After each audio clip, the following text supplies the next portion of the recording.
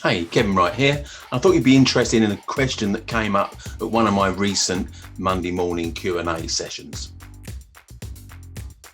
I go out live on YouTube at 8:30 every Monday morning, and a bunch of people jump on and ask me questions about property finance, and I answer them. So watch this video to see what answer I gave to this question. Does bridging loan work the same as before the coronavirus? Well, in essence, it works exactly the same. I mean, bridges aren't going to change their mode of operation, so bridging will work exactly as it did before. What would change, going back to what some of my earlier answers is, what would change is that the loan to value would probably be more cautious and the rates may not be so keen. I think it's likely that bridgers would be less inclined to lend at some of the rates that we saw prior to the coronavirus. Now, the bridging market itself, over the last 4 or 5 years, has seen many new entrants. There are many more bridgers now than there were 5 years ago. So one of the effects of that has been a downward pressure on rates. So you go back 5, 6 years ago, then you'd be looking at bridging rates typically about 1.5% a month.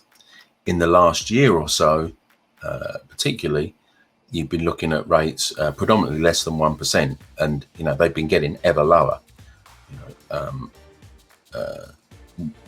1% became was the norm, but now below 1% has been the norm. Well, I think you'll see a backtracking of the more competitive and the lower interest rates. I think it's likely that bridges are going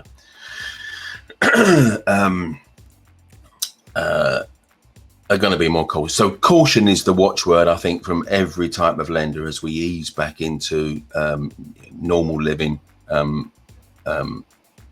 after the coronavirus.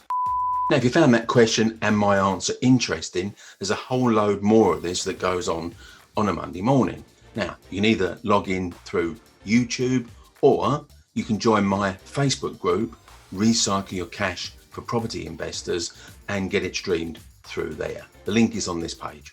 And if you want access to my whole back catalogue of Q&As, which is well over 50 hours of viewing time, then I've got a way to do that. Join Fiverr Tribe and you can get access to that back catalogue with a simple word search facility. So just type in the question that you want answers to and it'll come up on screen almost instantaneously all the times that I've mentioned your particular keyword. It's like having a property finance Wikipedia, I guess. How do you access this? By joining my Fiverr Tribe. Click the link on the page and guess what?